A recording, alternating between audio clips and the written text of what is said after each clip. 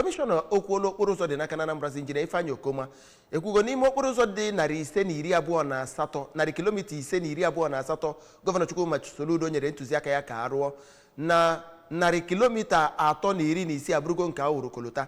Comishona Okoma kwupụtara nke anụ oge ọ na-enwe mkparịta ụbụbọ ya na ndị ụlọ omeiwu ndị otu kọmiti na-ahụ maka ụlọ okporo ụzọ na ndị na-ahụ maka okwu ego n'ụlọ omeiwu nke Anambra steeti n'inye nkọwa banyere amụmụ ego ọlụ 2025. Onye taka ebe mana echigbata pụtara anyị akụkọ a.